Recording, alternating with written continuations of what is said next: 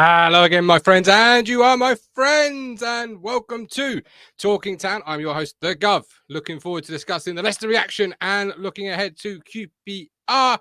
As always, do get involved. We need your help this evening, ladies and gentlemen. Get your comments into the live comment section, and of course, there'll be a link. Click it if you so wish to come on the show and have your say in your own words on what was a good night, a well-deserved 1-1 draw. Could we have had all 3 points had we had more composure in front of goal? That was a theme on last night's match reaction. Of course, Sam Morsy handed a one-match ban this afternoon. We'll cover that as well. And if you're watching on Catch Up, what do I always say? FTA, comment for the algorithm. Like and subscribe. All of that lovely stuff. Matt Stannard, welcome in. Charlie's in the room. Nick Muller, Colin Plum, I hope you're well. I hope your family are well, looking after yourself. James Sargent, lots of you piling in to Talking Town. Love to see it. And Charlie says, yesterday felt like a win despite being a draw. Tom, the triplets dad, said, evening all.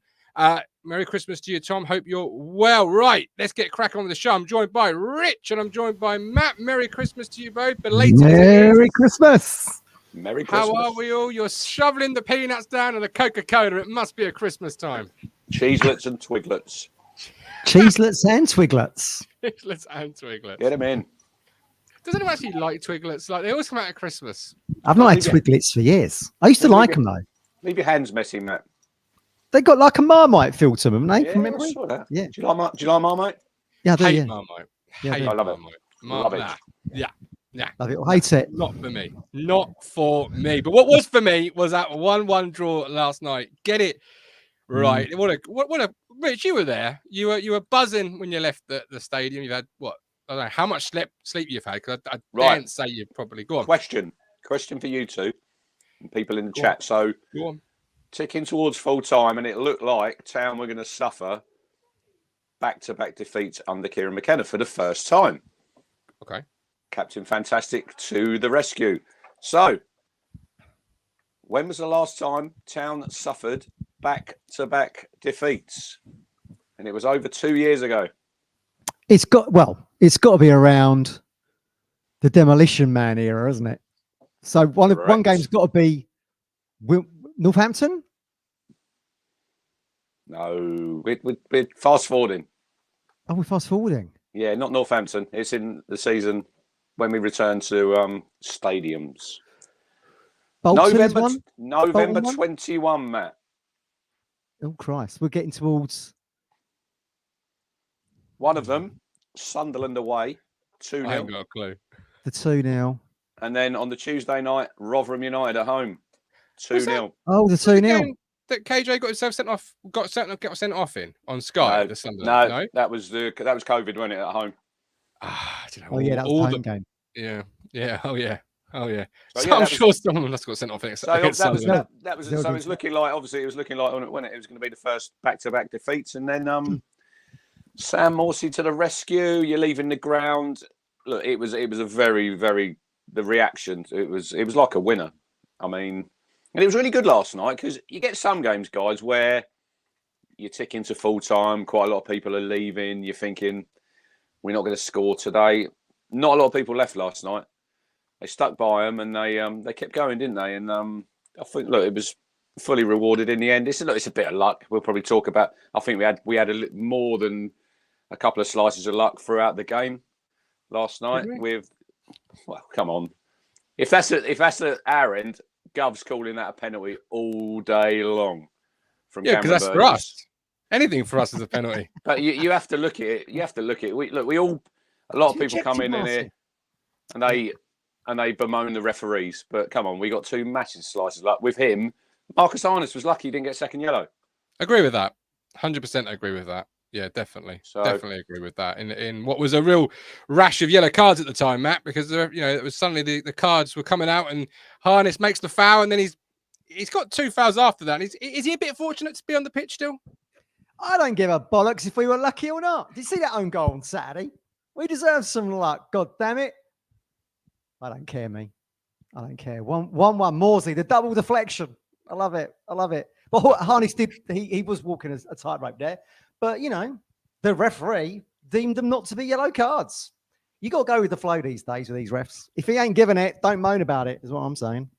Especially Yeah. ditto the penalty. He had a good view on Dewsbury Hall, which sounds like it should be an English heritage place, shouldn't it? You go there, get a nice scone with a cup of tea. Dewsbury Hall. Yeah. Very nice gardens. Slash your pass, you know. You're, yeah, nice absolutely. gardens. Yeah. So a place you head on New Year's Day for a brisk walk. Yeah, exactly. Yeah. Nice little cup of tea. Or you go to the Bet 365 and you go to Stoke. You could be doing that instead, yeah. I don't care if anyone thinks it's a penalty or not. The main man said it wasn't. The referee. What did you think, though, Matt? Sitting at home. I thought it was going to be a pen, yeah. There you go. See, I didn't. I genuinely didn't. When I watched it live and I watched it on the replay, I don't see the penalty there. It's a shoulder barge, isn't it? I think he goes to shoulder barge, goes shoulder to shoulder with him, Matt, and then he pushes him in the back. Yeah, but he makes that. I mean, they go shoulder to shoulder, and Dewsbury Hall goes bleeding flying. But there we go. What can you do? He didn't give it, so I don't care. He didn't give it. Joe feels it was a penalty. Definitely a penalty for him. Whereas James says, I don't think it was a penalty. Went down too easy. Wasn't enough in it for me. Although there was one for us, right? It's when Harness does. I don't know if that's the first foul when he fouls the right back. So before that, Leif Davis puts a good cross in and gets literally wiped out. Now, I've seen this loads of times. You get a winger or a fullback, guys. They're in the penalty area. They cross it. The fullback's sliding in to block them. I see it loads of times. It's a foul all day long. Never gets given. Ever gets given. Now, that's a foul. Maybe a foul on Chaplin, and then Harness loses his head a bit and just wipes out the right back. But I think it's a stonewall, Gov. I really do. I think there's hardly any people that I've spoken to, Town fans or not, who've said that's not a penalty. So, look, if we got away with one, fair play. It swings and roundabouts. Saturday, it was a foul on Chaplin for the first goal. We didn't get given it. So be it. Charlie doesn't think it's a penalty, whereas others do. It's one of those. It's dividing the opinion. It seems in the live chat. But it wasn't given. For sort of first half, let's start there. George Hirst inside 15 minutes going down, non-contact injury. Should we talk about the changes? Talk about the changes first in the team. Yeah, if you want to, absolutely. Yeah, Go on, so, well, obviously your man come in, didn't he? Jack Taylor was in. He did. The Wolf was back. Which I don't think was a surprise. And obviously Harness came in for Nathan Broadhead, didn't he? And I thought, arguably, I think he was probably close to man in the match, Harness. He was one of them players, weren't he? When we went up and people were like, yeah, can he make it? I was speaking to Craig today, Matt, and he made a really good point, and I think we've said it on here before. Like when he came back from his injury last season, he did struggle, you know, and I don't know if he was fully fit then. No one really knows, do they? But I think he's really improved this season. I think his ball retention, I thought, Gov, last night was excellent. Because sometimes he does give the ball. I will say Harness gives the ball away a little cheaply sometimes. I thought last night, it was arguably, I think it was one of his best games in a Town shirt. I thought he was really, really. I know he had a couple of lucky, could have get a second yellow, but I think that's probably why did he play him instead of Broadhead? Broadhead, I see he's another one. He's been a little bit out of form. I'm not saying majorly, but I think Marcus deserves his chance, and we'll probably get on to who's going to replace George Hirst on Friday night because I've got a little curveball for you. Ooh, okay. When you say people said that Harness wouldn't go on the journey, that was you, Rich. Well, he's giving out receipts now. And me, to be fair, I'll come you. That was me as well. Yeah. Well, there were several in this squad that we thought, well, possibly, you know, they've got to make the step up, and are they capable of doing it? And he's obviously had a few appearances off the bench where he done well, and then Kieran's I think he's one of the players that Kieran trusts to bring in. You think last night, right? Most people would think you're playing Leicester at home. You'd want Nathan Broadhead, one of your main attackers. You're probably your top scorer. You'd probably think he's going to be one of the first names on the sheet. But Kieran says no. He trusts Harness to come in and do that job. And I thought he was excellent. And I think if it was up to me, he'd be starting again on Friday night because I think he'd done enough to deserve another starting place. Broadhead's off it at the moment for whatever reason. He don't look anything like the player that scores that free kick against Sheffield Wednesday. Where was the game where he had the free kick, hit the wall, didn't it? And then he had the volley. Who was that against? Cardiff this season? Possibly. Scored absolute screamer, didn't they? He got pissed because the free kick got blocked. And then it came back over to him and he volleyed it in from the D. Someone would say, Yeah, I I'm want to pretty say certain it's Cardiff or or someone. Swansea. Yeah, Swansea, Blackburn, one of the ones where we've been shipping gloves. Now he's off it at the moment. I mean, that chance he had in the box in the second half last night, and who put the ball? It was a 1-2, was it? With it went Jackson to Chaplin, and then the ball out to the left, and he raced into the box and kind of miscontrolled it, didn't he? And then slipped over in the end. Is that why? Was Gov saying he's watered the pitch too much there? Should have been. Yeah, I was at home. I was at home. Yeah, I don't like them overwatering the pitch. You know how I feel on that, particularly when obviously they know what they're doing. They're not just firing water on left, right, and centre here. Kieran doesn't mean I can sit here and say I like it when it's pissing down with rain and they're still watering the flipping. Kieran likes it slick because it's the way we play. Yeah. It'll come good again, Broadhead. He's just going through a bit, yeah, you can't expect him to be at the level we're talking about all the time. I think and I agree with you, Rich. I think Harness did really well. But my main concern is, of course, if Harness doesn't start playing well and Broadhead gets injured and then Broadhead is still, lacking the form. Our changes seem to be quite predictable. They're always the same, aren't they? Well, if Broadhead ain't going to play, then it's going to be Harness. If they ain't going to be in so-and-so, then someone else comes in. Do you know what I mean? And they're rotating Wolfenden and Twain-Zabie around. This is why the window can't come soon enough for me, because I think you need. Well, it was interesting. Graham Mack. I was listening back to Mick Mills and Graham Mack and on the Suffolk last night, but this morning, and he said, "Oh well, we need to get some backup in." But it got me thinking. We don't really want backup players, do we? We want people that are going to be challenging, like you've said, Martin, for the positions. Whether or not someone's just keeping you out the side at the moment means, but you're on the periphery of the team. You don't really want backup players. You want. I know Graham's just saying that as a turn of phrase in the live broadcast, but it's a case of January, like last year, Matt, that we bought the 4 in to come straight in the team, didn't we? Really? I can see. I know Luongo was a little bit different because he wasn't fit, and then he got fit and he was part of the 4. But yeah. Clark, Broadhead, and George Hirst obviously came in, and they made a difference. And you think like then, Dapo had done really well first half of last season, but we upgraded, didn't we? We went to George Hirst. So they're going to have to do the same here again in some of those positions we're talking about, I think, because we've got to cover Burgess, right? You got to cover the left side, like you said before, Martin. You can't just keep going between Broadhead and Harness. One could get injured, one could lose form or whatever. And then now probably looking at a replacement for Hirst as well. It's annoying he got injured last night. I know he didn't mean to get injured, did he? But he seems to get injured in like off the ball incidents. Fleetwood being last day of the season, being one where he done his groin. But what can you do? I mean, it's just the chance you take, isn't it?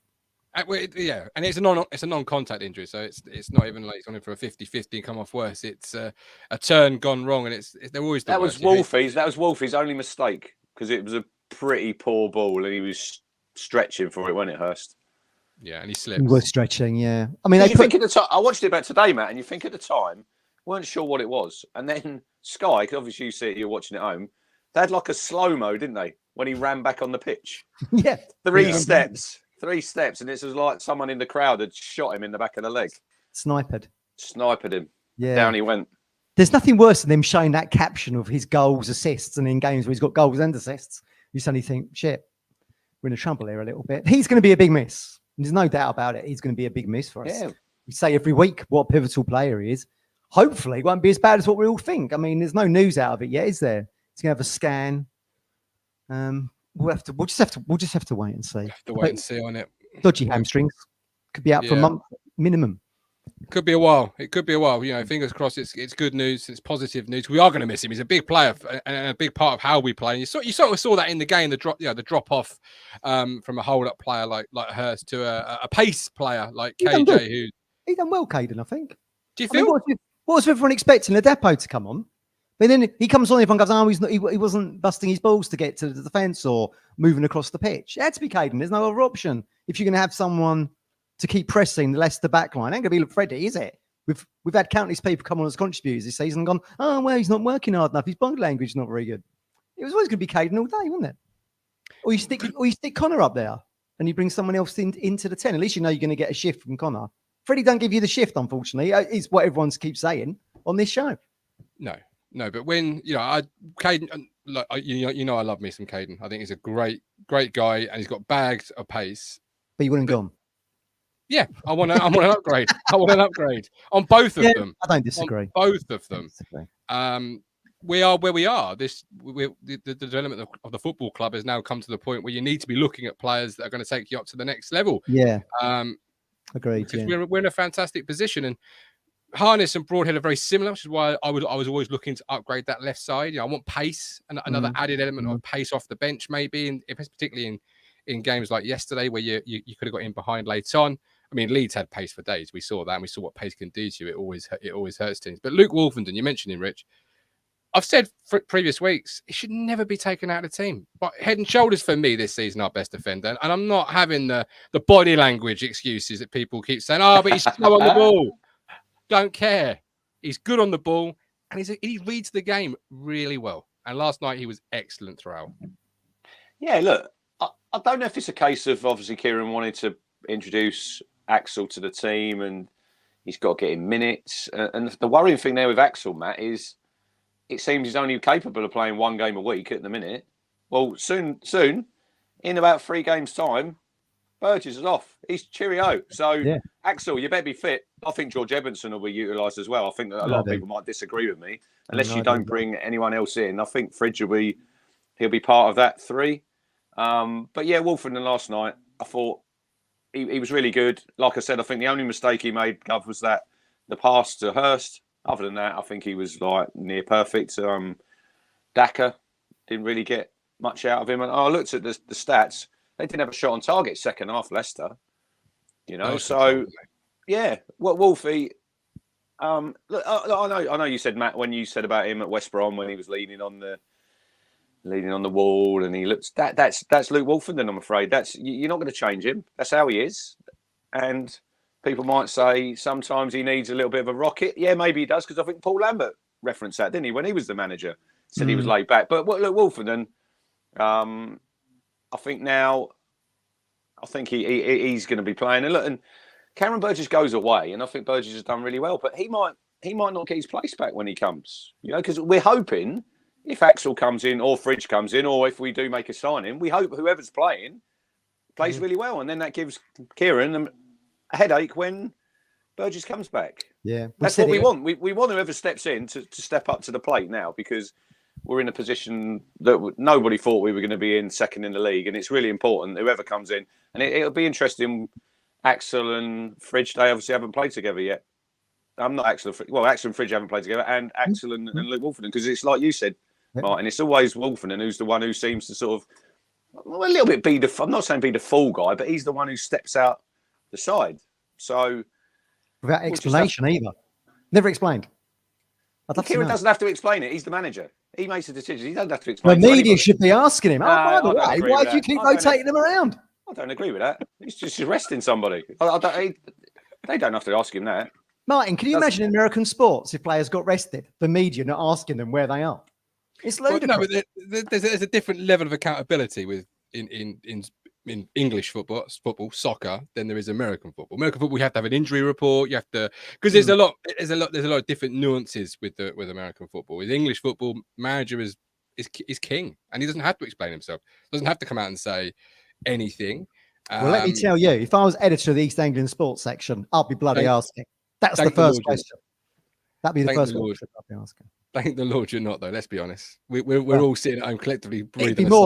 It'd be more cutting edge journalism if I was. Let me put it that way. Even at Christmas, you don't put it. You just don't give it up, do you? I just think it could be better.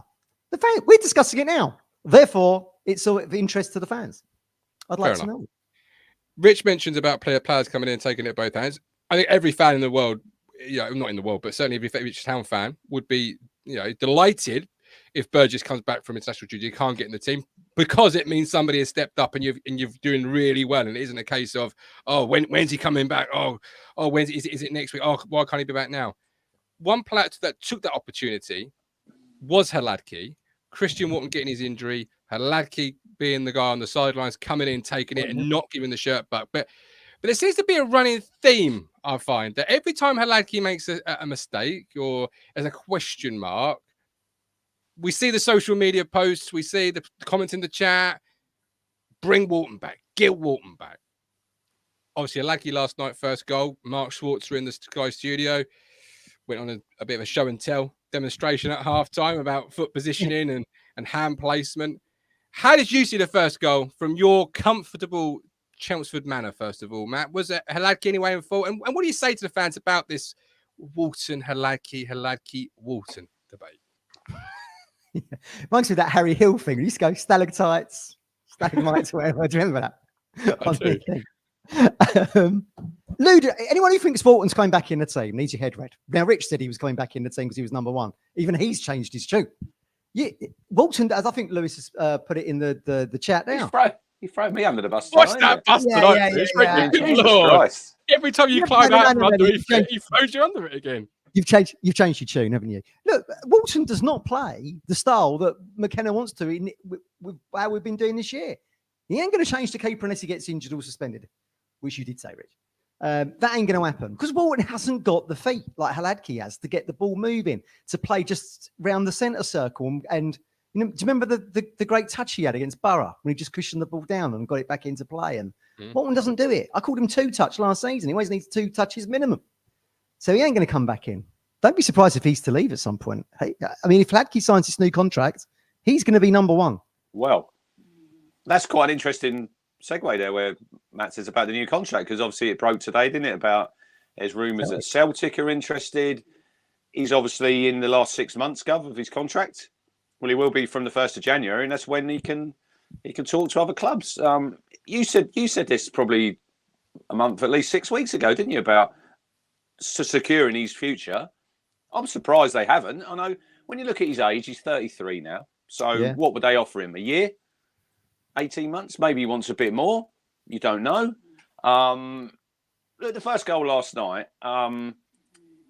Look, here's another one. Harry Clark's another one. Anything happens, it seems as though Clark's the scapegoat.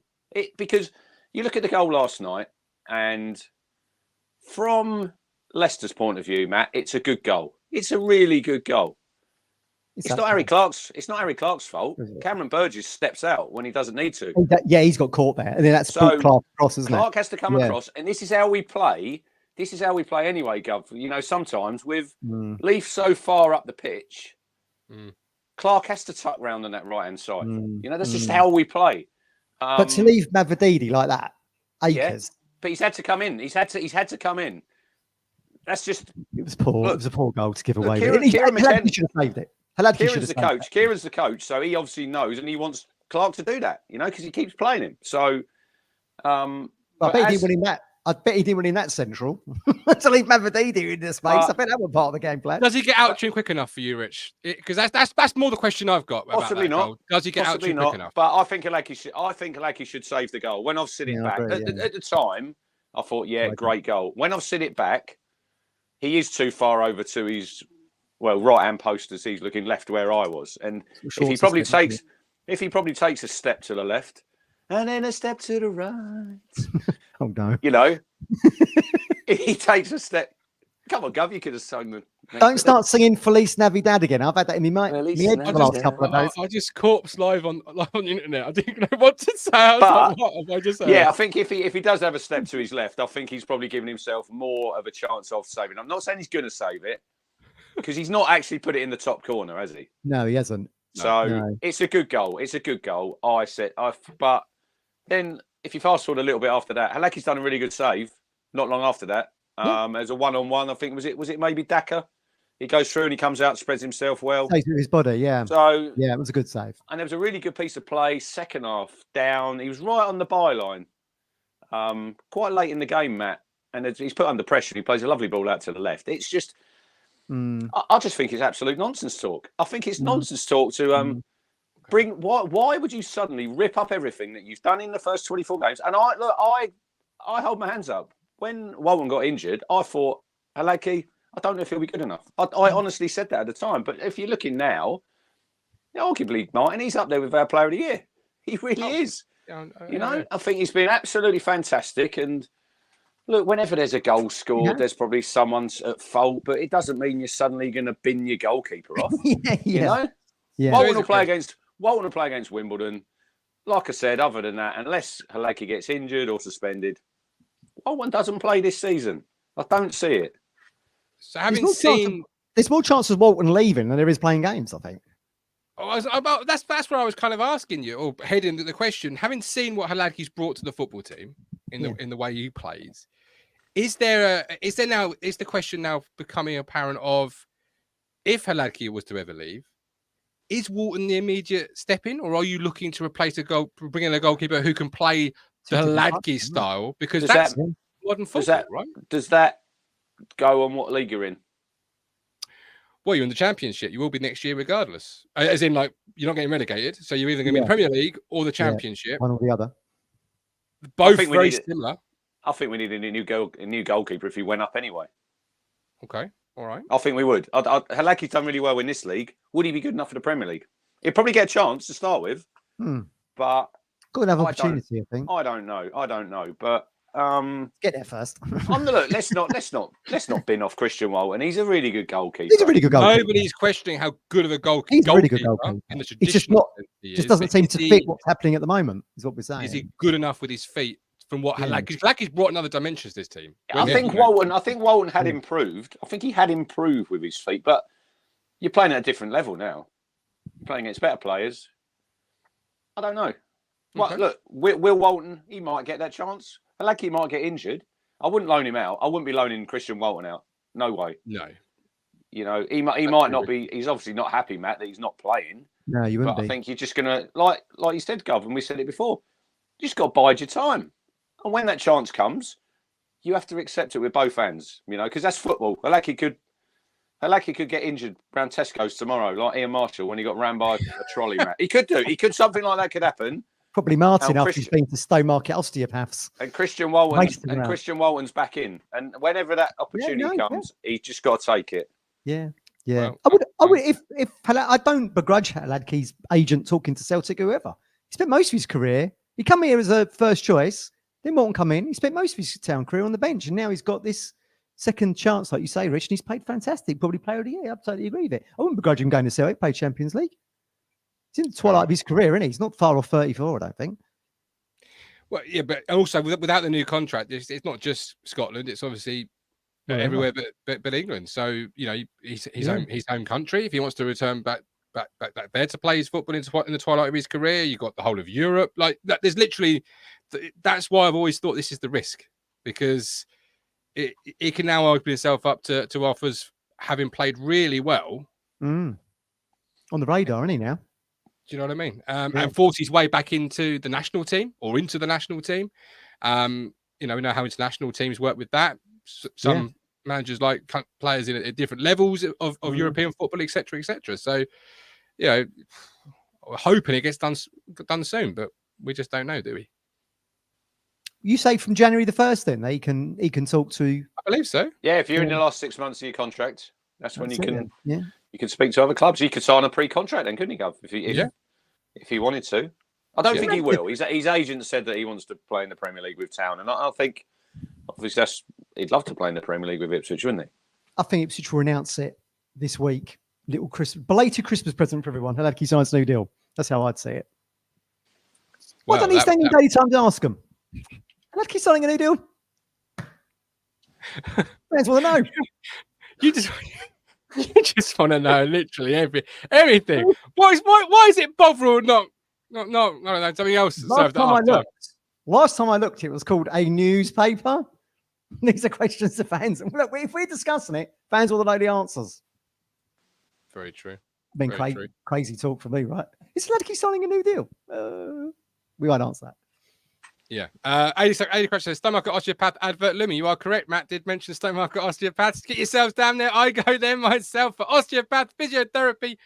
Tell George Hirst. George Hirst pop down there, Stowmarket Osteopaths. Perhaps, yeah. Perhaps we need to get George Hirst down to see Freddie and Stowmarket 014. Tell him the Gov sent you. 633. Yeah, George, when you phone him up, say, hey, Freddie, the Gov has sent me for Stowmarket Osteopaths. But there we go.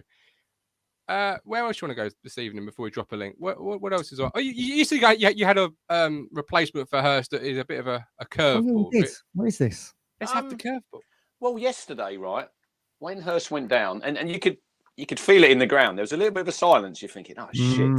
You could feel it at the time.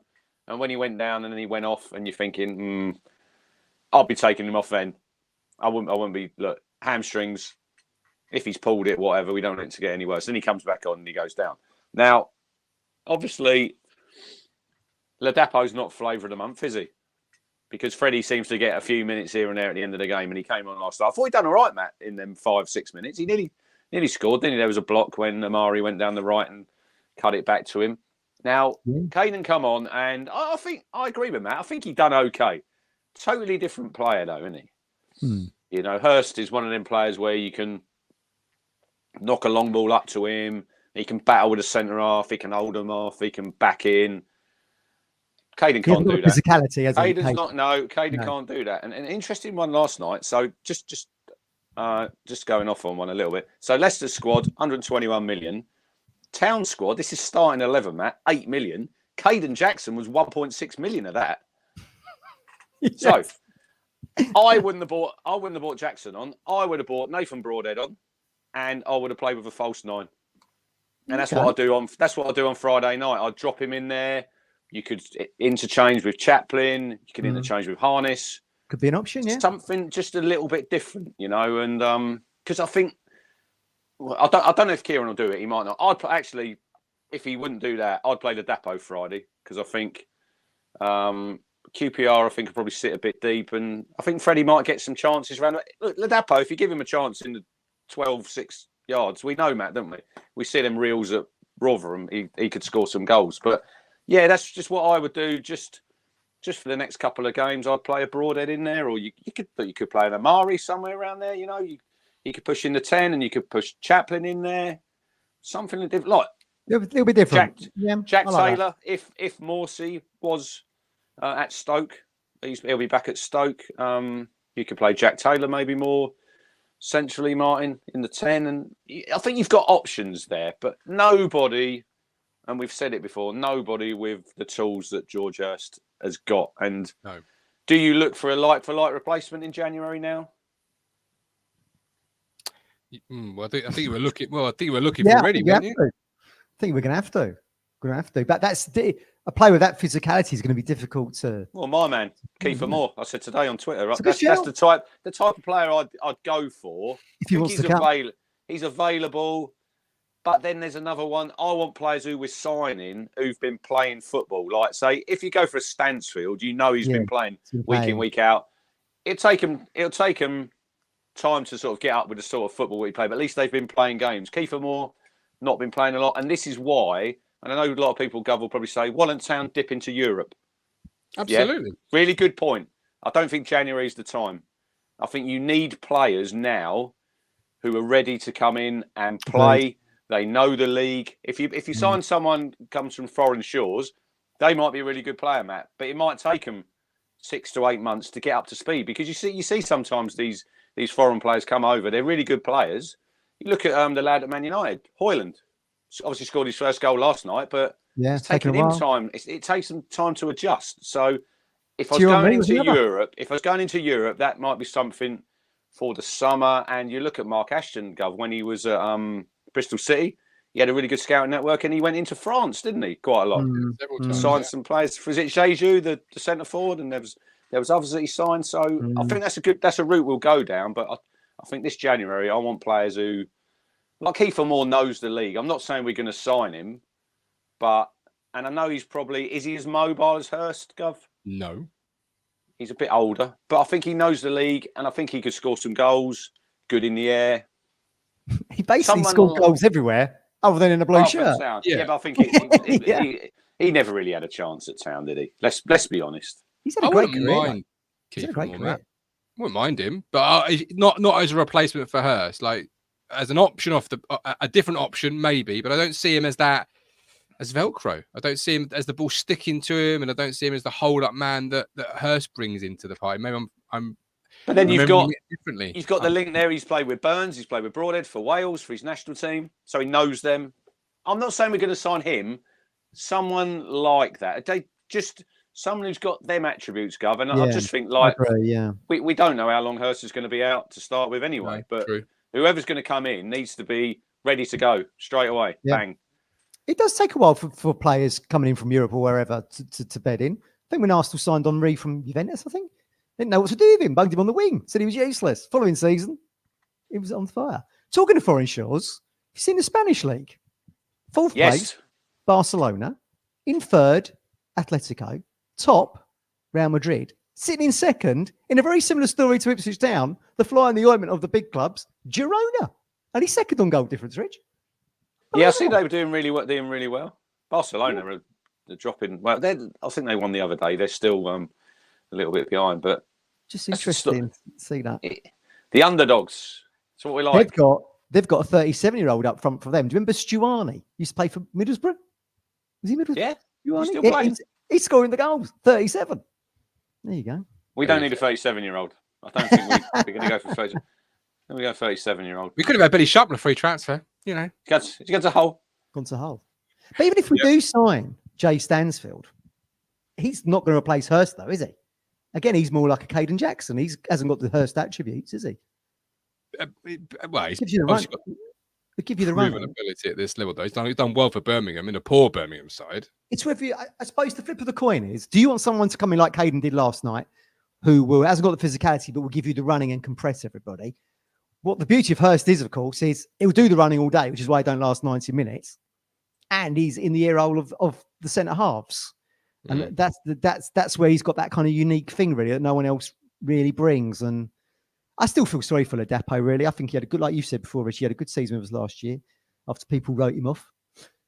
Wrote him off this year a little bit, haven't they? He scored goals, but really, he's a 2, isn't he? He plays in a 2, doesn't he? He's had to be a square peg in a round hole, to be honest with you. Which maybe why he flatters to deceive for us a little bit. But he still scored some critical goals. I mean, look, we'd have lost that Cardiff game. Was he got it? He scored the 2? Yeah, he got 2. He's certainly played a part, hasn't he? In how we've got to where we've got to. And I get your arguments, Rich, about dipping into the European market, but I disagree with it. I don't think there's ever a surefire bet of any time of any player. If you identify the right player and he's got the right attribute makeup that Kieran McKenna likes, bring him in. Bring him in from anywhere, at any point of the season. Because really, I want to hold up, man. And you could do that in January, having just arrived from a European club. You can do that in September, having arrived in June and gotten yourself, set up, as it were. I'm okay. If I want a player like George Hirst, but perhaps got another name for you. Got another name for you. Ben Brereton Diaz. There you go. There you go, man. He's available. Is he at Villarreal? Villarreal. Yeah, he's there. I think he's available.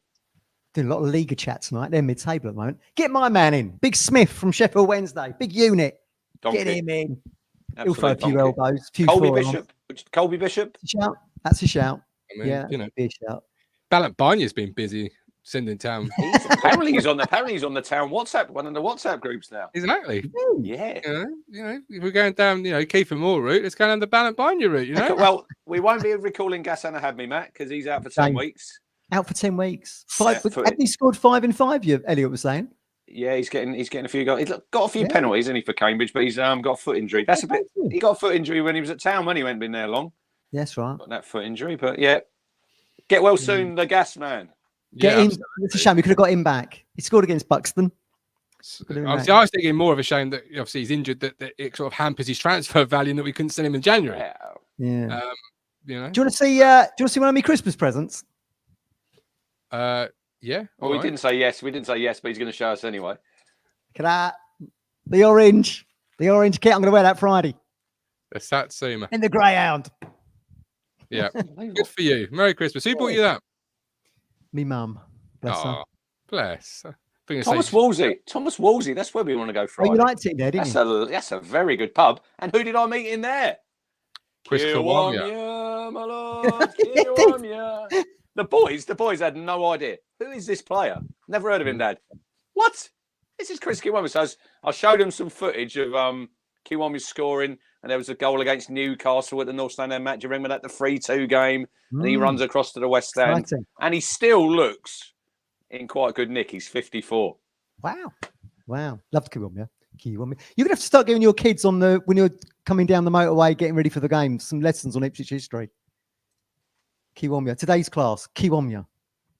Phil Blundell says Windass or Byers for him is who. They're dog shit. Nah, they're shit. To bring in. They've still got Nixon. This might be. They have got we want proper players, Phil. We don't want fucking Sheffield Wednesday cast-offs.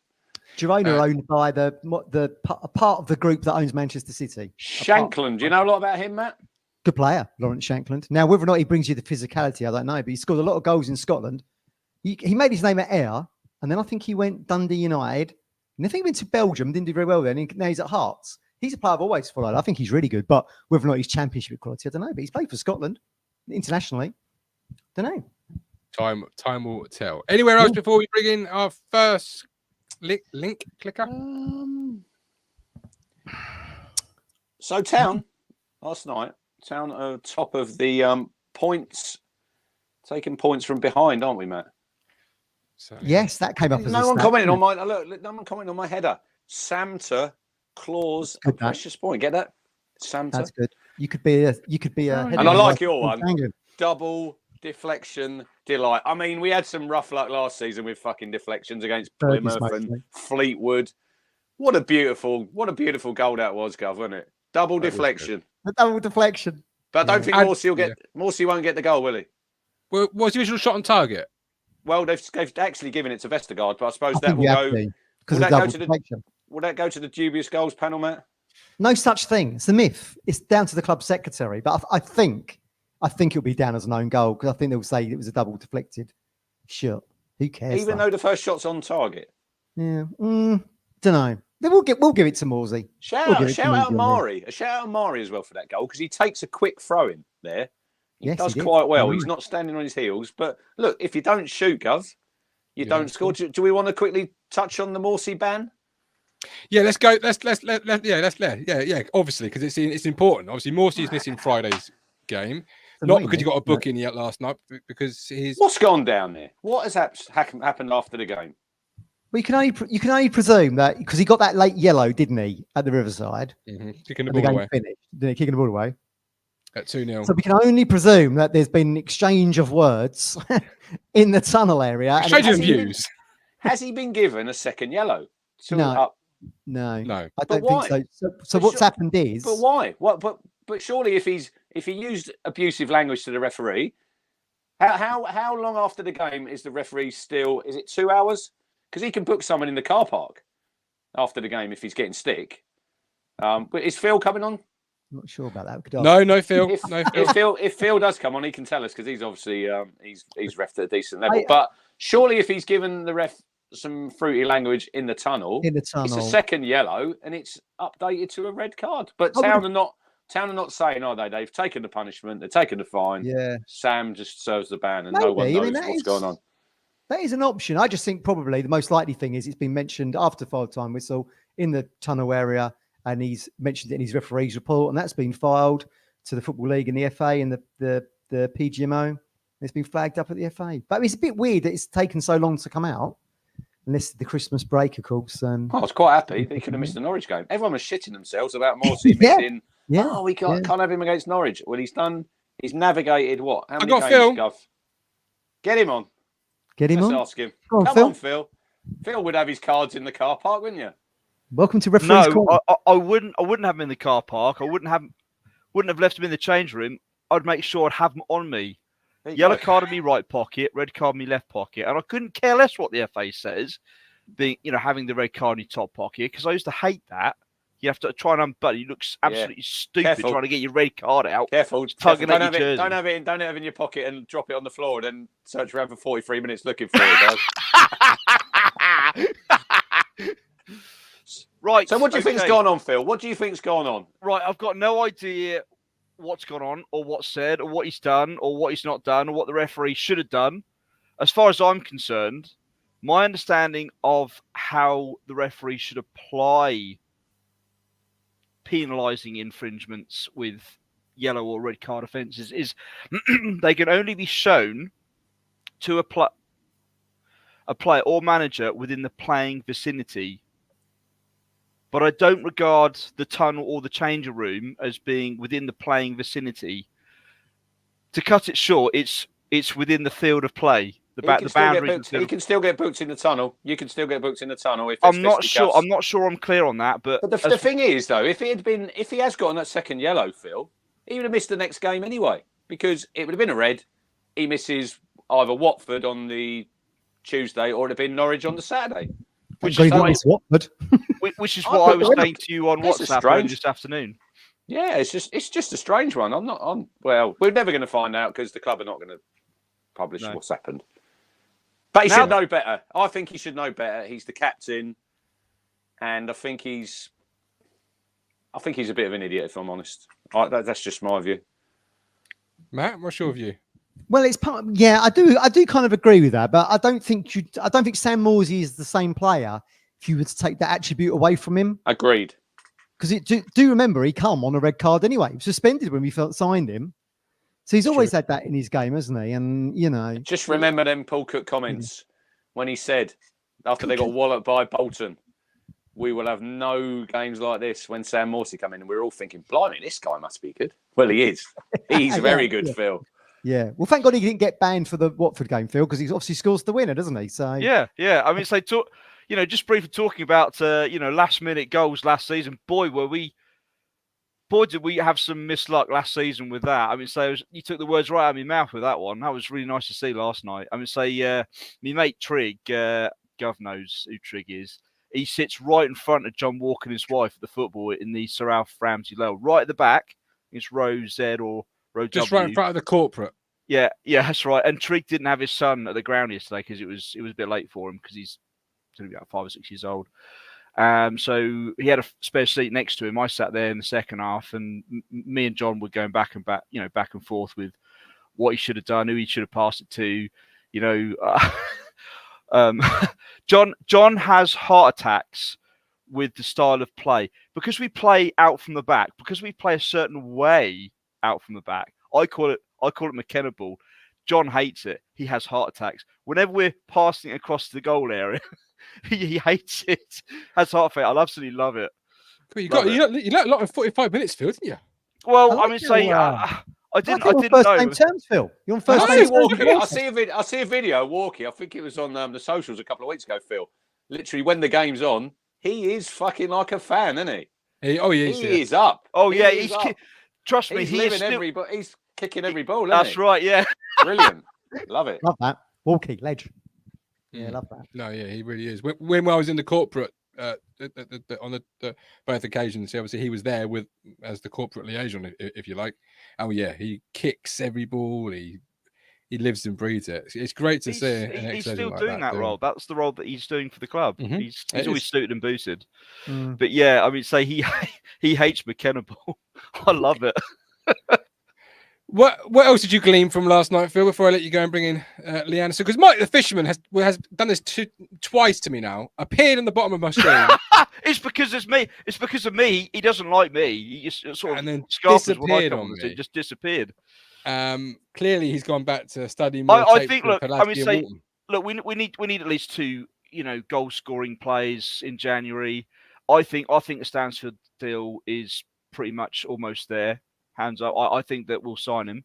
You'll find out very soon because if he gets recalled, pretty soon into January, you'll know something's going on, Phil. Yeah, and I like the Kiefer Moore link. I think that he's a terrific player. Another player that I'd like to see him back here at the club.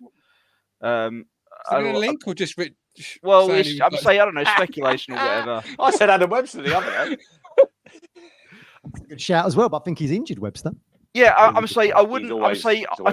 totally agree with what you were saying earlier about the fact that we could play a false 9 on Friday night. But I'm saying for me, I would love to see Chaplin and Taylor play.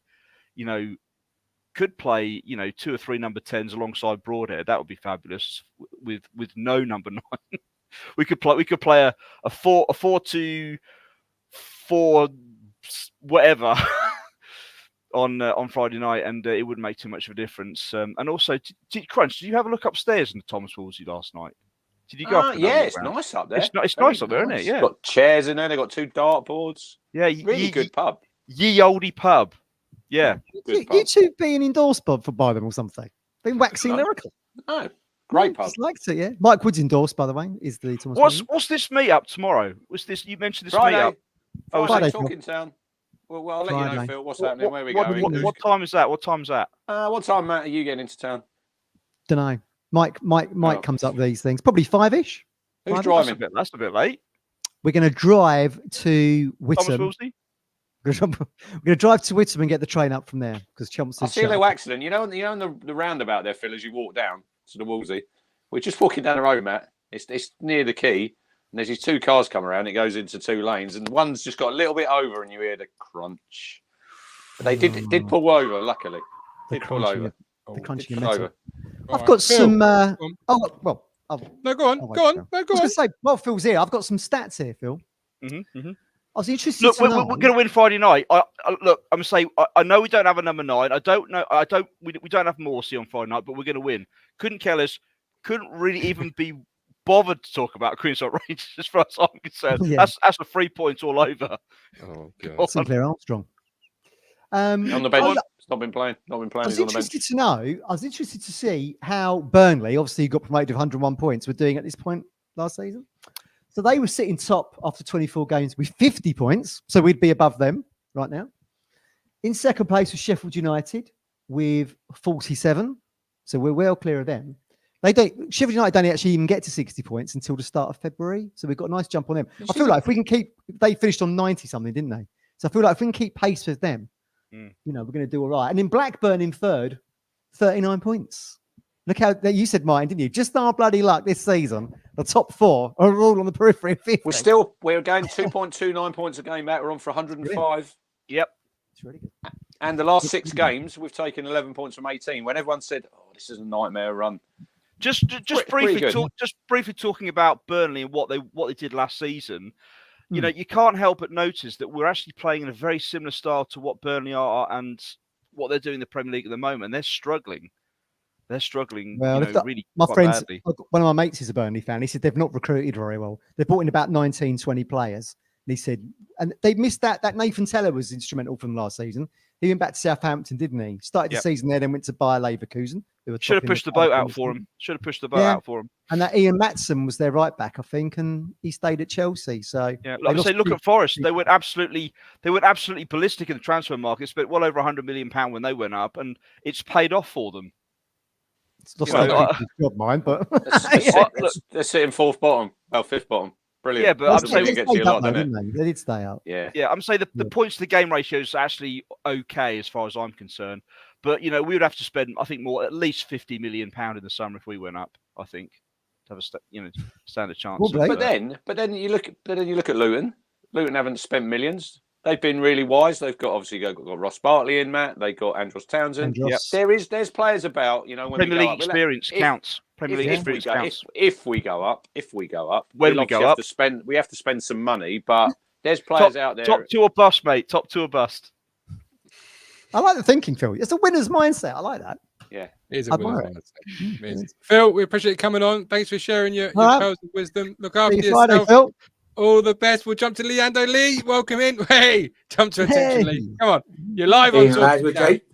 Merry Christmas to you all. Merry Christmas. I now know why we did almost 7,000 views for that lead show. Because Lee Anderson was on it with his wisdom. That's got to be it. Wisdom. Can you move them adverts so we can see Lee's beautiful face? I can do. Oh, there you go. There you go. That's me. Let me rest my. Where are you? Are you in your office? You're not sitting on I'm the floor. in my little room. Yeah, my little office room. So I've got my Christmas present off my boy. Oh, lovely. Signature thing there. Yeah. So that's up by my little shrine with all my other little bits. Little town shrine. On a chair, look. Including mine on a chair. Yeah. It's good. Unbelievable. You're not sitting on the chair for work. Yeah. Sit in a chair for work. Anyway. Second, Lee on a chair. Unbelievable 2023, isn't it? Interesting debate tonight. Interesting debate. It was interesting what you said about Jackson. If I'd like to say something on that, is that when Hirst got injured and there was people around me going, "Oh, we're bringing Jackson on, But you can see why he brought Jackson on, and it's because of his pace and because of his work rate, and that was too early in the game. I wonder if that would have been 20 minutes to go when we were 1-0 down. I think he'd have brought the Dapper one at that point. And the reason I say that is because I think that links into the harness coming into the team. I think he's better off the ball than Broadhead. I think he plays the system a little bit more harder work. Well, I say harder work and a bit more effective off the ball than Broadhead. And I think that's why, because the way Leicester play, I think they're the best at getting the ball out from the back. And I think we recognised that, and we had to play in a certain way, try and get the ball off them quickly. And I think that's why Harness started.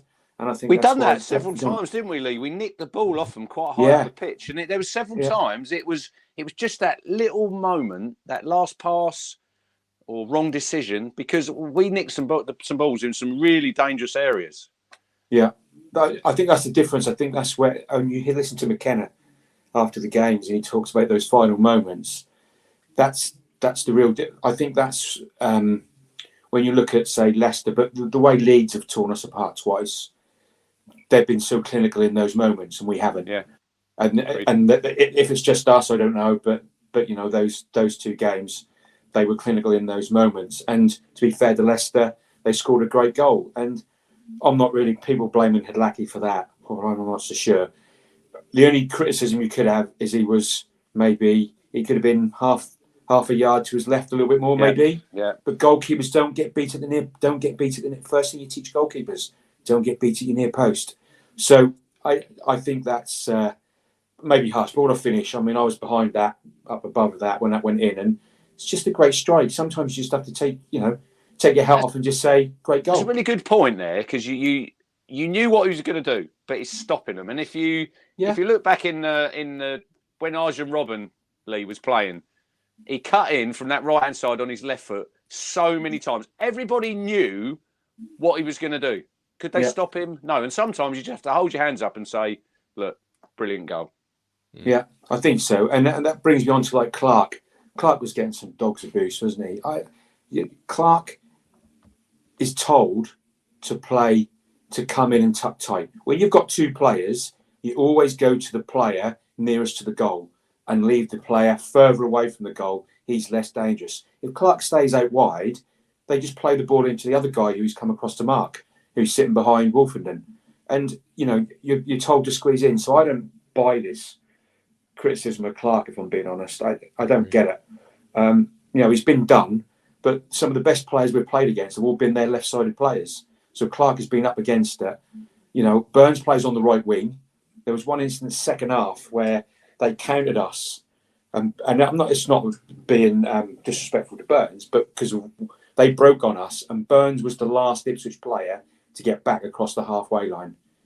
You don't have that on the other side of the pitch with Harness or Broadhead. So Clark, that's a weakness in our system, and that's other teams seem to exploit that really well. So that's something for us to work on. But it's not necessarily down to Clark. It's the system.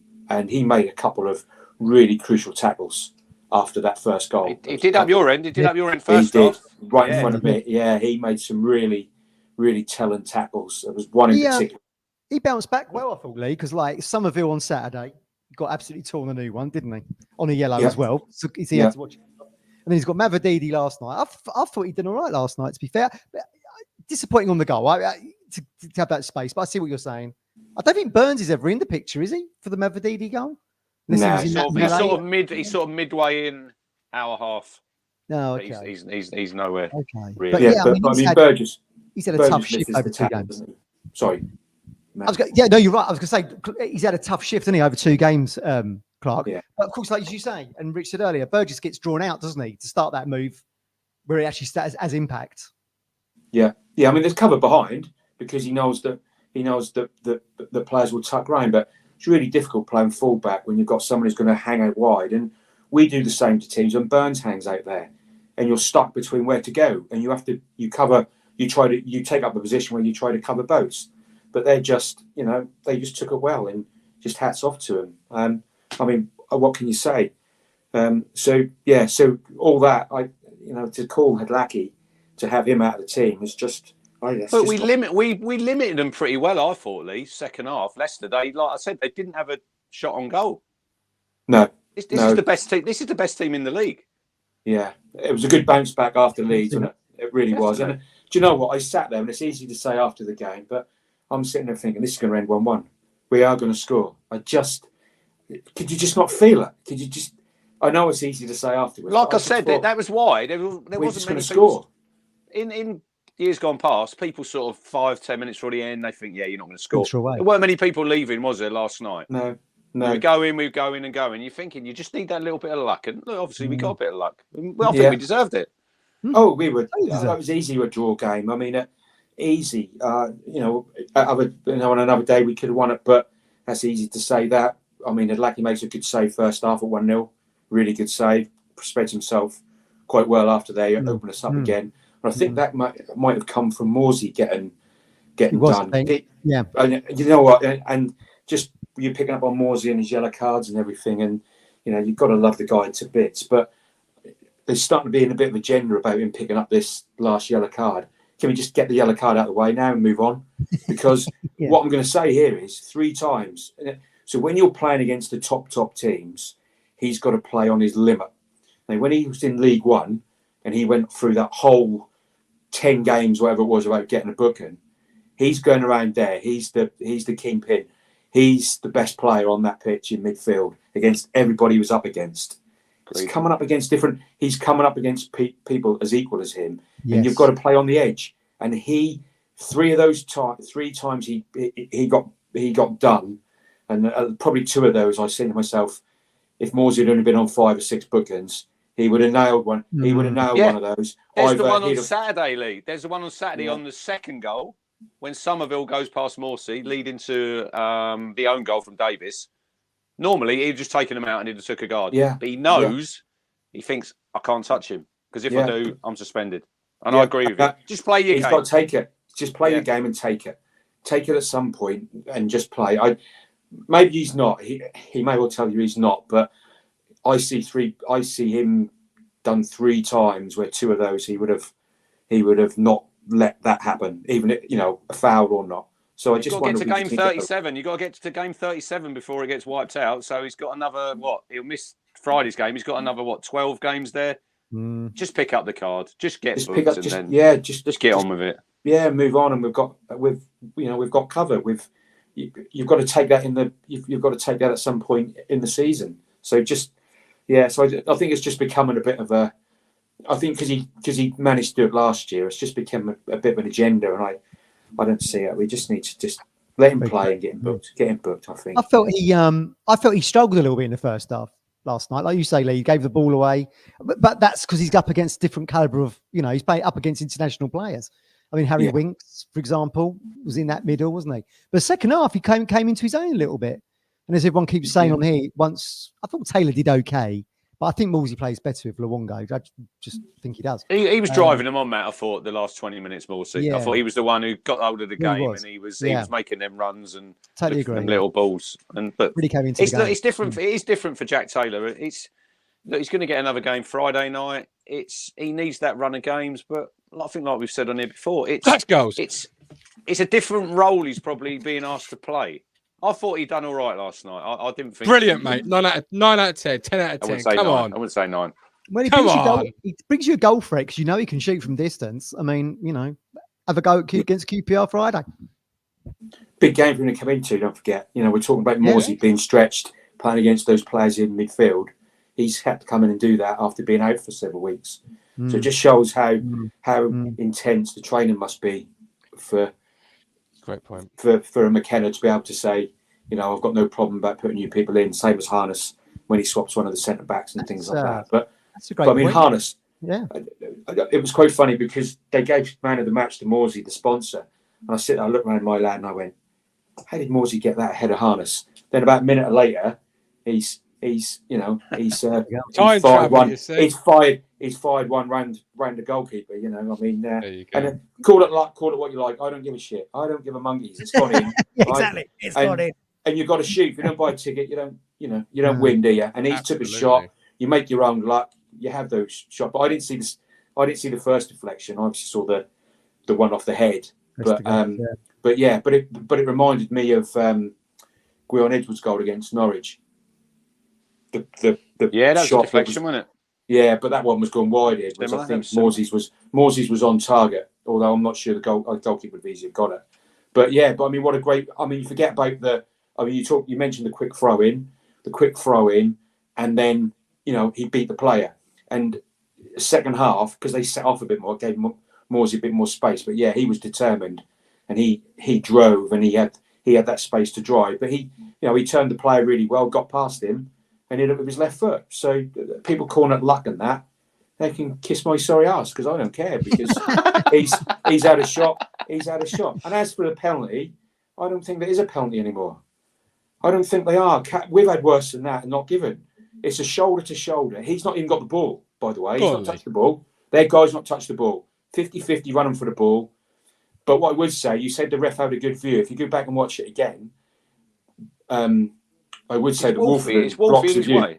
Wolfie's in his way. But I'm not sure he's getting... Is he getting up? I don't know. It's one of them where if it goes out for a corner or goes out for a goal kick, no one bothers, do they? No one bothers. So why do they bother now? It's either his or him. But I think the game's moved on. They're not giving him so much anymore. So I don't know. Lino could have given it, couldn't he? Lino could have given it. You get that sometimes, don't you? Flag over the chest. Yeah. But he could have given the one on. He could have given the one on Leif Davis as well. Because I thought that looked quite naughty. I don't know what it's like in the replay, but he was really late. He was really late on. I think did you put something in the chat about that? There was something you put in the chat about a comment on that, Lee. Because I said you see them. I see them quite regularly where someone crosses it and then they just get taken out, but they never ever get given. They never ever get given. No. The ref watches the ball and it's down to the linesman to pick. Someone's got to pick those sort of things up. But I mean, it was late. Did it affect the play? I don't know. And then people trying to get the penalty with Chaplin, but Chaplin was well tackled. That was a really good tackle on Chaplin straight after. There was one nearly in the first half. Obviously, you two watching at home when Connor Cody won, and he's just about to touch his hand when he gets whipped in from the right hand side, and he literally at the last minute he was just his chest. He's just pulled his hand away there. Yeah. Absolutely. I think you make a great point about McKenna trusting players to come into certain positions, which kind of leads me to the January window. Because as Rich said, you're going to have players that are playing. There's no point sitting on the bench somewhere and thinking you're going to come in and just coast at Ipswich Town. Because look at the fitness levels we've got. Look at the Martin hates this, but look at the spirit in the group, in the squad. You've got to have the right personnel to come in and fit into that as pieces in the jigsaw. People just think they're going to come in and sit on the bench and just have cameo appearances. You've got to be all in, haven't you? That's going to be one of the main criteria of people they select in the window. If we bring a striker in, it won't be for this half of the season, second half. It will be mid-term, long-term. Same as he did with Hirst. Yeah. No panic when they bought Hirst and brought it in. There was no, we've got to rush him into the team. You know, that took them a few weeks. So it was almost that, that run started after Feb. I mean, they'd been here 4 or 5 weeks. They were coming in and out of the team, managing them properly, assessing them. And I think that will be the same if Hirst is out for a month, say, and they bring someone in 2 weeks' time. He's not going to play every week. But, I mean, will the Dappo go or Jackson? I don't know, but they've got a part to play, certainly through January, and they're going to have to play. And fans that knock them, but it's not their fault who they are. They're the players that we have at the moment, and you've got to get the best out of them. But we won't buy somebody that isn't part of the medium to long term plan for the club. Yeah. That won't be unless it's. I agree there with you, Lee. I think Freddie might have been going. There's been rumours. I think Oxford, but now Hirst is injured, and now Scarlett's gone. You're probably going to have to keep Ladapo. He might go at the end of the window, but they're not going to leave themselves short by. He'll go like early into January. Not now. They got 2 spots there that we need players to come in. So look, whoever plays, just get behind them. Absolutely. Yeah. Anything else? Just wonder. Go on. I just wonder if just talking, not just going on from this attack. This talk about false number 9. I mean, what a load of nonsense from people that talk about that. It's an absolute garbage. Just a talking point. Whoa. We're not Man City. That bus is back again. Blimey, Christ. Oh dear. How are we going to play false number 9? Who's going to play? Taylor and Chaplin, false 9s. The reason we're playing well is because we've got a target man now where we can mix it up. Sometimes we can play it around the back, and sometimes we can knock the ball long. If you put false number 9 up there against his championship, against any central defenders, that ball's coming straight back. A lot of you might as well not bother. A lot of people would say we're playing a false number 9 last night with Caden Jackson. Well, you may well do that, but I mean, he run his socks off. To be fair to him, but now I don't get this false. Why are we going to change a system that we're already playing? We need another striker similar that can play that role as that Hirst plays. Now at the moment we've got he's a hybrid of Jackson and Ladapo, isn't he? He's got that thing about a finish, and he's got a bit of pace about him. He can get in behind. So he's got a bit of both of them. The other two have got their strengths and they've got got their weaknesses. You bring Ladaba on when you're searching for a goal, and you bring Jackson on when you're trying to use your front press to try to win the ball high up by the pitch. That's not rocket science. That's just easy to see. So we need a striker, and Jay Stansfield is that sort of striker. Whether it's him or not, I don't know. But he seems to fit the bill. Similar to Hirst, isn't it? Out on loan, Broadhead, get recalled. You know, that's the sort of deal you can see happening. But it'd probably be something left field. You know, there's probably someone, and it wouldn't surprise me if we've already had something on the go, and there's already a deal nearly done. Wouldn't surprise me. And interesting, the Scarlet goes. I wonder if there'll be another young loanee that doesn't form part of the squad. Maybe we'll get someone else in on loan from somewhere else. But again, that'd have to, that would have to be someone, like you say, who's been playing, perhaps. But yeah, nothing else. I don't think I've got nothing else to say, really. Perfectly. I've bored everyone enough. Good stuff, Lee. Good stuff. Look, all the best. Merry Christmas to you. Happy New Year. Yeah. See you all Friday. All the I might pop past. I might pop by and say hello, Matt. Please do. I think I've grown a couple of inches since. Yeah, don't be wearing them big trainers again. So it makes I have got my makes out you're platforms. taller than me. I've got my ABBA platform shoes on. Yeah, I got for Christmas. Yeah, no worries. Cheers. See you later. Cheers, Leo. Yeah. Yes. Yeah, absolutely great points there from Lee. Some really good comments in the chat. The fisherman was on the bottom of the screen again, then he disappeared. He clearly can't make his mind up whether to come on the show or not, which is a shame because I wanted to sort of discuss the keeper situation because I'm a big Hladky fan. I absolutely love him. I'd give him a 5-year deal and keys to the town. Yeah. So just phenomenal, and as Rich said, probably player of the year or certainly up there. Yeah, he's definitely in the shake-up, and you love him because he's got great hair. Oh yes, I would love to meet Hladky. Just purely, first question would be, what do you use in your hair? Because I think I need to know that answer because it's great hair. Bart had good hair as well, didn't he? He did. Yeah, you liked Bart's hair as well, didn't he? Yeah. I'm not saying Hladky's anywhere near the Bart's. You've got to think about bearded keepers with partings from like the old Eastern Bloc of Europe. Partings. I've got a parting. I don't know if you've noticed this from Matthew Phillips, but I mean, as I get older, see it. I've said before, you look like you've got a big head until he takes them bloody Takes him off. Yeah, look at that. It's got a small head. As I get older, this forehead goes further and further out. That's all I know. Every year it's a passing. Oh no, a little bit more. Mike, you're there. You finally done it. There he is. Your StreamYard keeps kicking me off. It obviously knows you've got a bad point coming. Come on, Mike. Well, if you're on about my, I've heard some waffle tonight. But anyway, Ooh. We'll let it go. Let it slide. Yeah, I know. Go on in. Talking of waffle, here's Captain Birdseye. You want to talk about then? What's this keeper chat you want to talk about? Well, you clearly want Walton in goal. I clearly want Hladky in goal. Put your case forward. I'm torn. Like back in 2000, when we went to the Premier League with Richard Wright, I had 100% confidence in his ability, with his feet, with his saves, his commanding of the area, everything. I just don't get that with Hladky or Walton. What I'd like is, Walton's ability, Walton's saves and Hladky's feet, and then we'd have a hell of a keeper. Do you know what I mean? That's just where I'm coming from. Now, look, Hladky's done well. I'm not going to sit here and say he hasn't, but there is times where I think I don't agree with it. I think that should have been saved. Shorter was right on Sky last night. The obvious. It was obvious where the player was going to go. He was going to take that. Yeah, I agree there. I agree there because Lee said about you don't want to be beaten at your near post, Mike. But there's no way he's going at the near post where he's running on that angle because he's curling it every day of the week. He's curling it across it. He is. Oh, Walton saves that for me. I think Walton saves that. I think that's where Walton's probably the better keeper.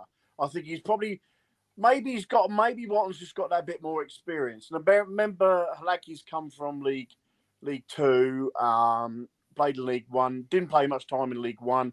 Come to the Championship, done really well. Let's be fair, I'm not going to slate him because he has done well.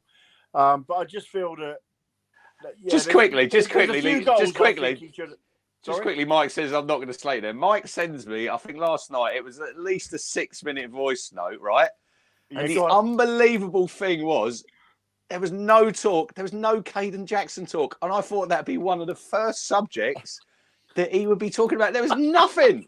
I was just so disappointed in you, I'll let you Mike. down, didn't I, Rich? I'll let So you down, disappointed mate. in I you. proper let you down. 6 Unbelievable. minutes. No, look, Jack. Well, the no, one this morning was 8 minutes 14. Phone each other. 6 Oh, we love a voice note. Hang on. Yeah, voice notes. You're a fine one to talk about phoning people and answering the phone, any Matt. How can he? It'll be an emergency, innit? If Martin answers the phone, or what? Martin Or he never rings you. answers. Martin Or never he calls answers the you. phone. If he calls you, you think, what's he I ringing also for? don't do 6-minute voice notes. Like, who's got 6 minutes in a day? This is madness. You three, mind-boggling me this evening. it. This is Love it. 6 minutes. Okay, let's just go on this Clark situation because there's obviously a lot of debate about it. I think Clark should pick him up, and I'll tell you why I think he should do that. Right, as you got two holding midfielders in Luongo and Morsy, right? They're there deliberate. They're there set up in the defensive mode to fill in gaps. Yeah, neither of them do that. You've got Burgess that's been gone out on a tandem. You've got no one shouting at him, get your backside back.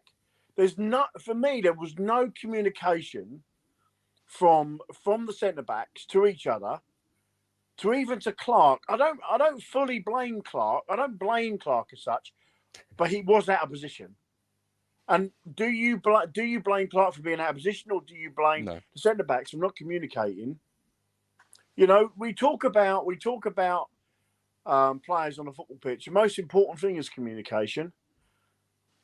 Do you know what I mean? You've got to have communication on that football pitch. And if your centre backs are not communicating and one's going out on a tandem, do you know what I mean? Going out on a bit of a wando, you're asking for trouble. You're getting gaps. Think sometimes, your midfielders are also there to pick up your gaps in the. I think sometimes, Mike, against a team like Leicester, they're going to punish you because they'll exploit them gaps. And Leeds done it on Saturday. Yeah. Who's next on your hit list? Who's next on your hit list? Jack Taylor? Yeah, Who you did mean, by the way, I'm Great sure game. you said Morsy and Luongo. You said Morsy and Luongo, but I'm sure you meant Morsy and Taylor because obviously. Yeah, Taylor no, Morsy and but I'm talking about holding mids. They are two holding mids, aren't they? They are. Not last night, they weren't. That's what they are. They are two holding midfielders. They're defensive midfielders, both of them. We've got a request in the chat, Mike, from AD that says, "Can you say give your head a wobble, please?" No, not yet. In a minute, 80. You want Hladky dropped? Give your head a wobble. Yeah. No. Look, Taylor. Look, watching it on Sky, and Taylor didn't do nothing in that first half. Hardly any touches to the ball. Didn't get himself in particular good positions. He played better in the second half, but Rich made a good point on one of his voicemails, and that is maybe Jack Taylor's problem is he's not getting enough game time. Yeah, because I think you need to learn the position, and it's all right. Like he's come in against Southampton, Premier League team, West Brom, not long down from the Premier League, Leicester. He's played. I know he's playing against some good. Mike doesn't. Played against Wolves. Played against Wolves, scored that corking goal, didn't he? So True. Right, I'm gonna say something here. I'm getting fed up of these of people talking about Premier League teams. They're in the fucking Championship. They got relegated from the Premier League. They're not Premier League teams. They're Championship teams now with 1 or 2 or 3 or even 4 Premier League players. Or 5. No. Just because a team is made up of £230 million or £121 million, don't make them Premier League teams, do it? It's how much teams are, and managers of clubs are willing to pay for a player. You know, you think about the teams that have come down from the Premier League and been relegated and not managed to get straight back up. We had a Premier League side, right? We finished 5th. What happened to a season later? Relegated. We get relegated.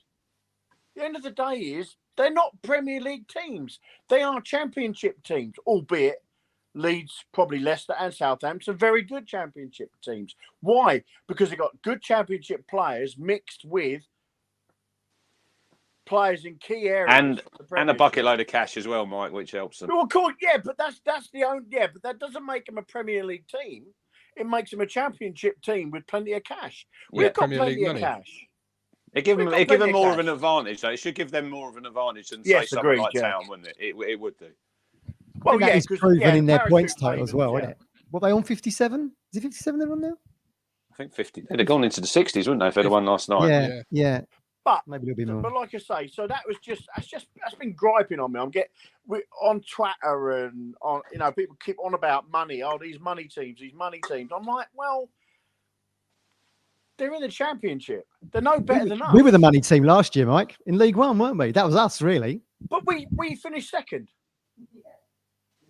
So with respect, we finished second. And right now we're sitting second in the Championship.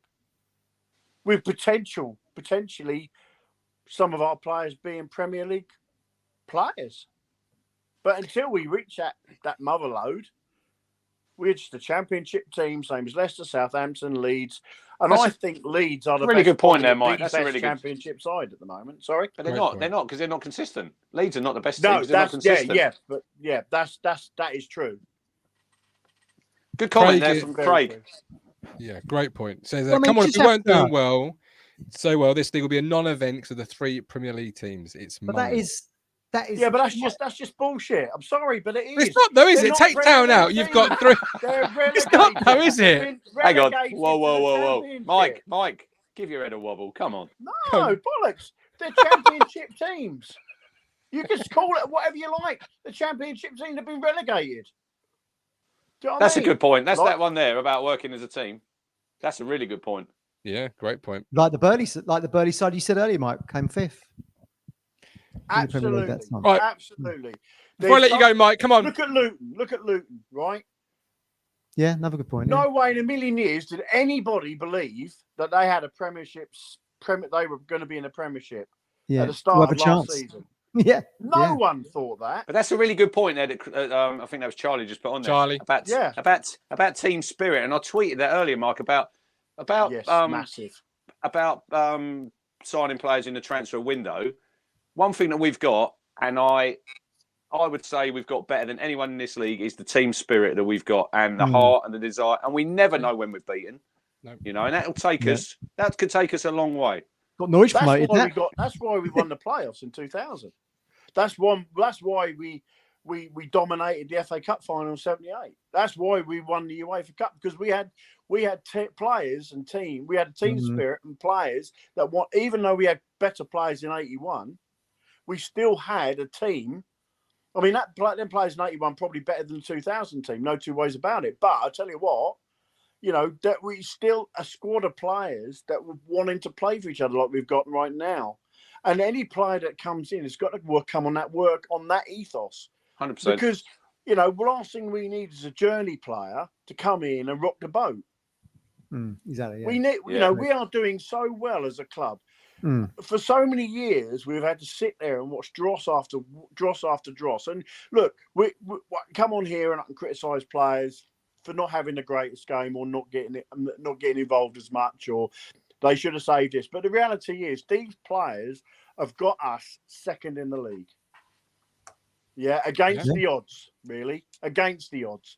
And I agree with you, Rich. I do think we're punching above our weight.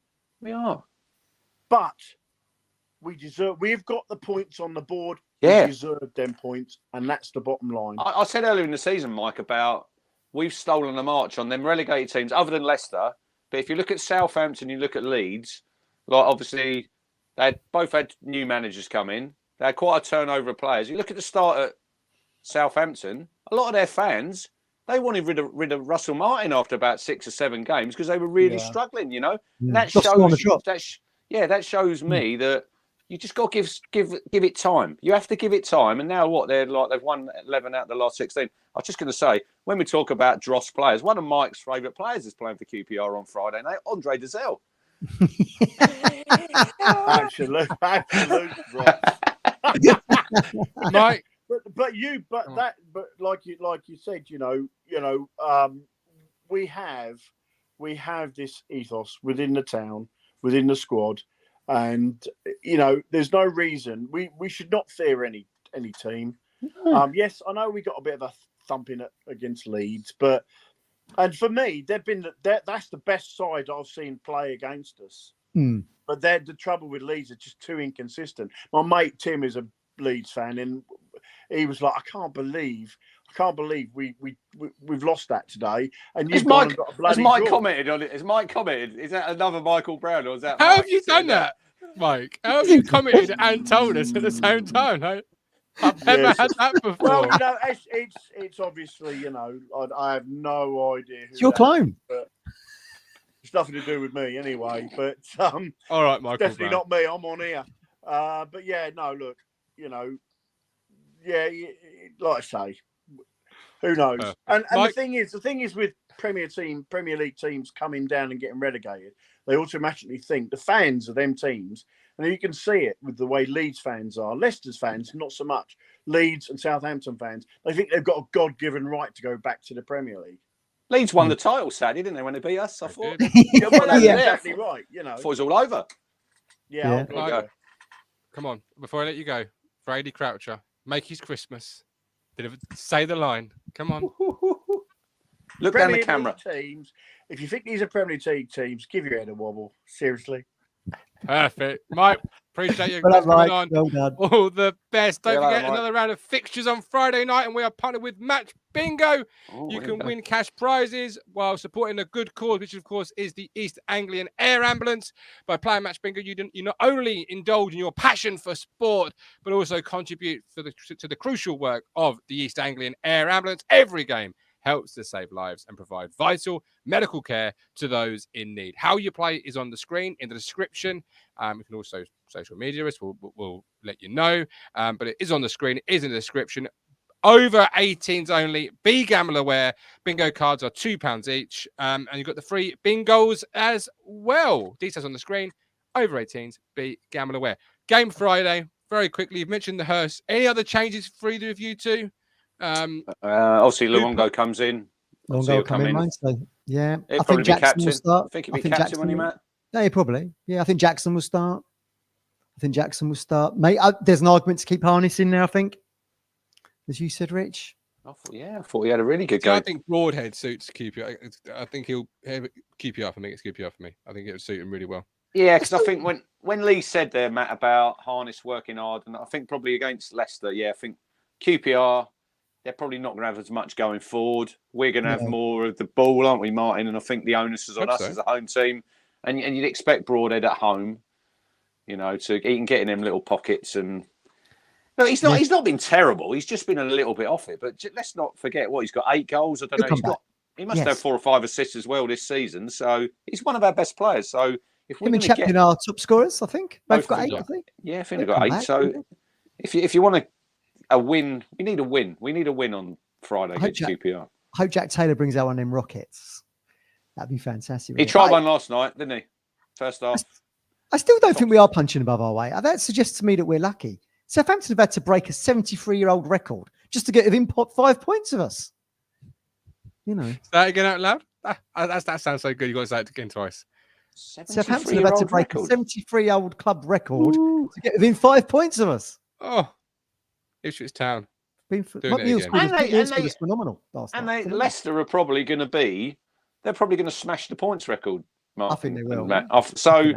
You think we've pretty much gone toe to toe with a really good side last night. He was very complimentary of us, wasn't he, Maresca, both before and after the game. He really likes what we're doing, which is great. And he was happy with the point. So it shows you how we did deserve it. He was happy to go away with a point, he said. So yeah. Score predictions then, as we round up. Got to stop Elias Chair, haven't we, if he plays on good play Friday. They gave us a bit of a headache at Loftus Road, didn't they? That was a game where we had to be a bit clinical. I hope we can maybe bring out some kind of like Millwall first half performance, like the 3-0 we had against them on Friday. That'd be good. I'm going to go that for actually. I'm going to go 3-0. Perfect. Rich? Yeah, they picked up under their new manager, but they've gone off a little bit the last few games. Lost 2-0.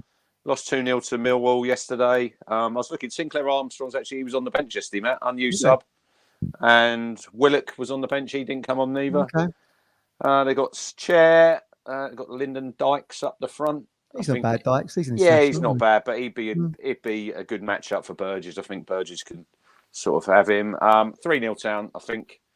Under the lights again. Early goal first half. Do your work first half, and then you can make some subs second half. But I think it has to be we have to get back in that winning run, don't we? Because we've obviously, 2 points we've taken out the last three games.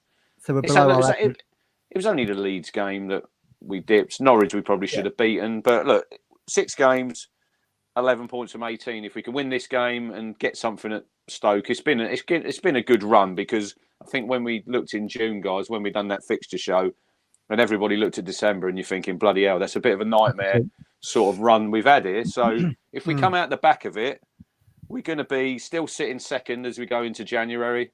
I know the gap's down to 5 points now, but listen, Southampton, Leeds, they've got to catch us. We're in a fantastic position. Add some players in January, and let's have a right good go of it second half of the season. And come May, just whatever will be, and we'll see where we finish. Absolutely. AD says 3-1 Town, which is a good score. And Trevor says QPR can be unpredictable. Don't take them lightly. Whereas you've got Phil saying 4-1 Town, Kev saying 2-0. The Stannard saying 3-2. 4-1 from Charlie. Lots of confidence in the chat, which as there should be, sitting second, 5 points clear of third. I'm looking forward to the game Friday. Looking forward to the rest of the season. It's going to be such an exciting journey we're all on. There's that journey word. The journey. It feels like we're on the edge of something here, doesn't it? Like we're at a crossroads of our history a little bit, like you say. Yeah. We're going into the new year, probably be in second place. Then you start thinking about what players are going to come in, and this could be an era-defining transfer record going. Who knows? It's been around for 20 years, isn't it? Unbelievable. Look, we're not used to spending great sums, so people might balk when they see it, but maybe that's what it's going to have to take to get us there. But like I say, we're at the crossroads here, and I see on the Discord yesterday. I think it might have been Rob Holmes on there. I can't remember the player that Southampton are preparing a bid for some lad from Juventus, 26 million. 26 mil. It's crazy, isn't it? But there you go. Yeah. That's what the Premier League money. I know Mike says they're not Premier League teams, and they're not. But they've come down with them finances, and it gives them that little bit of an advantage over Town. But like we said about team spirit, get the right people in the group, and everyone's together. And it was like last night. You've got no real moans in the stadium there. We're losing 1-0, going in the last 10 minutes. Everyone's right behind them. And you see the reaction when the goal goes in, and you're coming out the ground and you're thinking, look, it could be a real big point in the shake-up when May comes. You might look back at that Leicester game. Because if we'd have lost, I wouldn't have been unhappy going out the ground. I'd have been disappointed, because I don't think we would have deserved to lose, because I thought we more than matched them, especially second half. And I thought Leicester, I don't know what you two thought. I think Leicester were quite happy with 1-0, Oh, God, But that's a dangerous. They, Martin? they were passing it across the back. Yeah, it's a dangerous scoreline. And look, we had a bit of luck, but we deserve a bit of luck, and we'll need a bit of luck between now and May with goals and suspensions and injuries. And to me, at the minute, you're going to lose your centre forward, Martin.